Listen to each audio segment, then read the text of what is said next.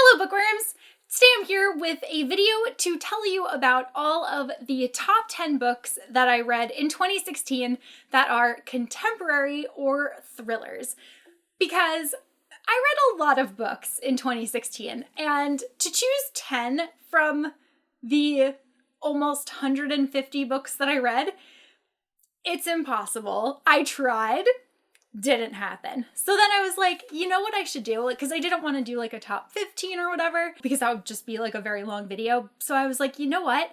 Why don't I separate it into my top contemporary reads and my top fantasy reads? So then you can also choose, like, if there's a genre that you like more, then maybe you want to watch that video instead of the other one, or maybe you like both and you want to watch both of them, and that's cool too. For both top 10 videos, I'm going to be talking about the top 10 that I have read this year. They weren't necessarily all published in 2016, but they are my personal top reads of 2016. Some of them are published in 2016, some of them aren't. There's a mix. This video is all about the contemporary books that I read in 2016. This video is ranked, so I'm going to be talking about them from number 10 to leading all the way up to number 1, my favorite contemporary of the year. All right, so let's get started. So number 10 on my list is The Unexpected Everything by Morgan Matson. This is the story of a girl named Andy who is a type A personality. She has everything like planned to the T for pretty much her whole life. And then her father, who's a politician, unfortunately becomes part of this scandal, and all of her things are not going according to plan. She loses her internship that she was supposed to have for the summer, and she ends up having to stay home, and she gets a job as a dog walker, and she also meets a very, very cute boy, and their romance is like super adorable. But I really, really enjoyed this one. It's very long. It's like over 500, so it's definitely a longer contemporary. But I think that the reason that it's so long is because it covers like every kind of relationship that a person would have in their life. It covers Andy's relationship with her father, her relationship with her group of friends, and a potential romantic relationship. So I really, really enjoyed this one overall. It's not one of my favorite of Morgan Matson's, but I did really, really like it, obviously, because it's on this list. Then at number 9, I have Shuffle Repeat by Jen Klein. This is a book that I just finished reading recently, so it like just made its way onto this list. But this is honestly one of my new favorite contemporaries, like of all time. It is such an adorable story. So it follows a girl named June who does not have a driver's license, and her mom is best friends with the mom of Oliver, who is like this jock kid at her school. And the mothers set up a system where Oliver will be driving June to school since they live close by to each other. So June and Oliver completely disagree on pretty much everything. Oliver loves high school. He thinks it's a really important time in your life, and he is just kind of one of those people that like lives life to the fullest, and he's a what she would call a joiner. He gets involved in everything, and he's always having fun. And June, on the other hand, thinks that high school is completely unimportant, does not affect your future at all. She thinks that real life starts after high school. So the two of them have this bet where if they can prove, like they will sometimes need an impartial judge to say who's correct, but if they find reasons to back their theory that high school either is important or isn't important, then they get to add a song to the playlist that they'll listen to on repeat in their car on the way to school, because they also have very different tastes in music. So it's just really cute, like both of them coming up with these reasons. And I also really like that it was separated into different sections. So there's like a fall section, a spring section, a winter section, a summer section. And it just shows you like this whole year and the kinds of things that like the different character growth that these characters undergo. And I just felt like they were very, very well developed. It was such a cute story, and I really, really enjoyed it. At number 8, I have 99 Days by Katie Cotugno. I had really wanted to read a Katie Cotugno book because I really enjoy following her on Twitter, and I really, really love her blog posts when she does them. She hasn't done any lately, but she'll write about like 5 good things, and just the way that she writes is just like those kinds of things. I always like looked forward to reading her blog and to seeing what she was gonna say. So I was like, I have to read one of her books because I enjoy her like normal prose, so I would imagine that I would enjoy one of her books too. And I was right. So this is actually her sophomore novel. It's called 99 Days, and it follows a girl named Molly, and it actually has a sibling love triangle, which is something that I don't like very much.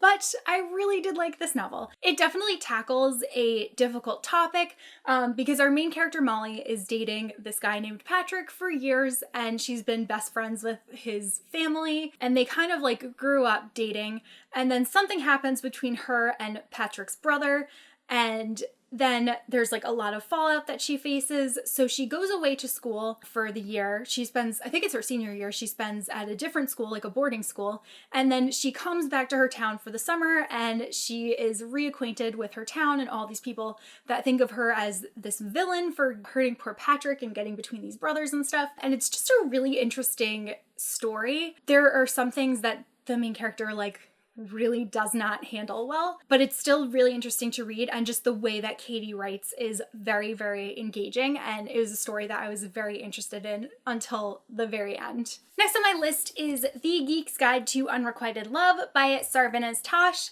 This book was amazing. It follows a main character named Graham who is in love with his best friend, and he decides that he's going to tell her at New York Comic Con, and the whole story takes place at New York Comic Con, and it is so exciting, especially for someone who attends New York Comic Con every single year. And just the amount of research that must have gone into this, because it was literally like Comic Con to a T. It felt like I was back there, and like every single detail seemed so real, and none of it seemed fabricated at all. It was such a cute story, and I really, really, really enjoyed the way that this romance played out. This book reads 100% like a John Hughes movie, and it was just so cute. And even like the cover of this book, it's taken, like that's the Javits Center over there, which is where New York Comic Con is held. So everything about this is like just so authentic, and the voice of Graham was so intriguing to read about, and the amount of like geeky references and stuff that were thrown into here were just like a pleasure. So I definitely recommend this one if you haven't read it, and it's also quite short, so it's something that you could read in like one sitting with no problem. Number 6 on my list is Far From You by Tess Sharp. This one is actually a thriller novel, and it was really, really good. It follows a main character named Sophie who is bisexual. She is in love with her best friend named Mina, but Mina is murdered, and Sophie has to try to figure out the story behind her, like how she died. Sophie's actually blamed for the killing of Mina because Sophie used to be addicted to prescription drugs, and then she went away and she got clean, and when she came back, her and her friend, they met up with somebody, and then her friend was shot when that happened, and people are claiming that Sophie was going to buy drugs at the time, so pretty much everyone in the town like blames Sophie for the death of Mina, and it's really, really sad, and she has to like try to figure out the truth behind this death because she knows that she was clean and that it wasn't her fault and she wasn't going to buy drugs, so there was some other ulterior motive, like some other person wanted her to be dead for some reason. So it's really, really cool, and I really enjoy the way that the flashbacks are like interwoven into the story because you get to see the way that Mina and Sophie were together and just like the love that they had for one another. It was really, really good, and it really like kept you on the edge of your seat throughout the entire thing. I was like captivated because I needed to know what really happened. Number 5 on my list is Highly Illogical Behavior by John Corey Whaley. This is the story of Solomon, who has agoraphobia, which means that he's afraid to leave his house. So he's been home for about 3 years now. He can't even like step outside of his house because he just will have a panic attack. So it's about him and these 2 people that he becomes friends with. Both of them, I guess, went to junior high with him, and they remember there was an incident that happened, and that's when he decided to stop going outside and decided to start just being at home all the time. So Lisa is going to apply to college to be a psychologist, and she decides that she's going to write her college essay on the things that she does to help this one boy because he's like kind of stuck out to her in her mind over the years. So she's like real crazy. She finds Solomon's mom, like she finds out that she's a dentist or something, and she makes an appointment for herself and goes there and writes this letter to Solomon and then kind of just like inserts herself into his life. It's obviously totally wrong because she thinks that she's trying to help him and she really does have good intentions, but they are completely misguided because she is not a licensed psychologist and she really shouldn't be trying to administer help to someone when she's not qualified to do so. But it is still a very entertaining story, and Solomon is such a great character. Like, he was so relatable and just like he was so funny too. The amount of humor that he had, like, you might have like preconceived notions about someone who struggles with agoraphobia, like maybe they would be a little bit weird or something since they're inside all the time, but he's like a totally normal, totally regular guy that's just afflicted with this one thing. So I really enjoyed like reading about him and about his experience, and I really loved this book. At number 4, I have This Adventure Ends by Emma Mills. This book was really cute. It follows a girl named Sloane who moves with her family from New York to Florida. She's the kind of person that never really had any friends that she was attached to, so that's why like she really had no problem even making the move, even though it's like her senior year of high school. She was like, yeah, whatever, it'll be fine. So she goes down there and then she ends up falling into this tight-knit group of friends, and it's just so endearing to see like her opening up to people and learning to kind of trust other people, and to just like have that group of friends and have that experience of having friends that she never really had before. There's a very cute romance that goes along with it, and they're trying to like hunt something down, and it's really fun. Like, there is definitely an adventure story going on here. And then another really fun aspect of the story is that Sloane's father is a very famous author, but he's struggling with writer's block and a little bit of depression, but it's something that her family like won't really discuss, and definitely not with her, but her dad is like her best friend. So her relationship with him is really interesting, and to see a parent struggling with something as a teenager, it's definitely a situation that happens a lot. So I was really excited to see it like portrayed in here. And I just thought that the whole story was great. Like, just the character growth and, like I said, that adventure part of the story was phenomenal, and I really loved all of the characters. Sloane is really funny, Sloane's dad is really funny, and they just like, her little sister is also really funny. Like, everyone in this book is funny. But I was like laughing out loud while I was reading this. It was just such an enjoyable story. Number 3 on my list is Simon versus the Homo Sapiens Agenda by Becky Albertalli. This is actually one of the first books that I read of the year, and it remained one of my favorites. It obviously like stuck in my mind that much that I knew to include it on this list. It follows a main character named Simon who is gay, but he's not openly gay, and he forms this friendship online with this other boy, and then they start kind of falling in love, but Simon doesn't know who this boy is, and this boy does know who he is, but he is also not like openly gay. So the two of them form this relationship, and it's just so adorable. And then someone at school finds out and kind of starts like blackmailing Simon because he wants Simon to do him a favor. It's so cute. It's so well written. This also had a ton of geeky references in it, which were so fun to read about, like the anime references, the Doctor Who references. It was just really like hands down one of the best novels that I read of the year. I really like this story. I'm so glad that they're going to be adapting it into a film. I think it's going to be amazing, and I cannot wait to see that on screen. But this really just like will hold your attention completely, and you'll fall in love with Simon because he is a sweet little cinnamon roll. Number 2 on my list is This Is Our Story by Ashley Elston. You probably have no surprise here. This is a thriller novel, and it follows a group of boys who go into the woods. There are 5 boys, but only 4 of them come out, so one of them is most likely guilty for murdering the deceased boy. It actually like follows a lot of the case from the police perspective.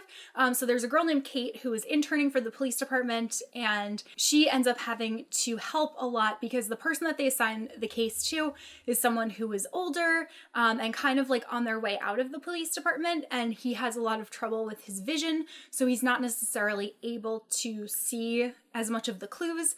So Kate kind of becomes his eyes. She watches all of the tapes and everything, and she gives her own commentary, like her own unbiased commentary about the way that the boys are reacting when they answer certain questions, like their movements, their body language. And she becomes very invested in this story. And then you find out like even more of a reason why she is quite invested in it. It is so exciting. And I just think that Ashley Elston did such an amazing job with this book, because especially in the beginning, like the lawyers for the boys want them all to stick together, to not say anything. And in the beginning of the book, it was definitely a little bit of a challenge to differentiate one boy from another.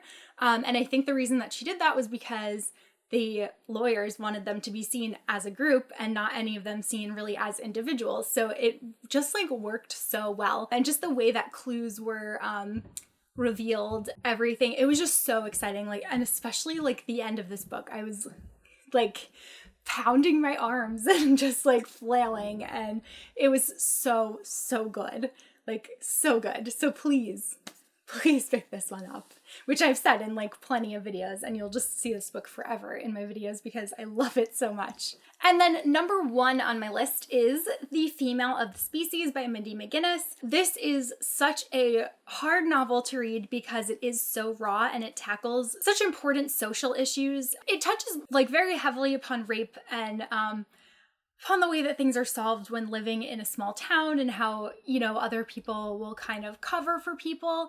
And just the way that like these poor girls are, like, some of them are abused and stuff, and no one really says anything because it is such a tiny town. It's just a really fascinating and important read.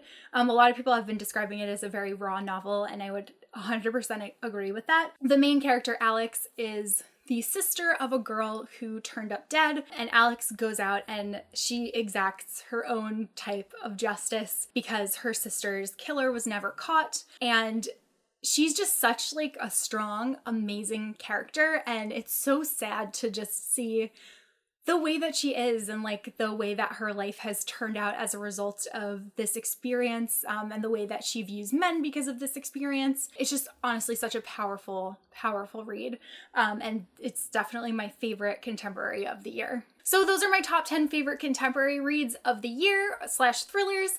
Let me know if you read any of them and enjoyed them. If you have any other contemporaries that you've read this year that you particularly love and want to share, I'm always looking for recommendations.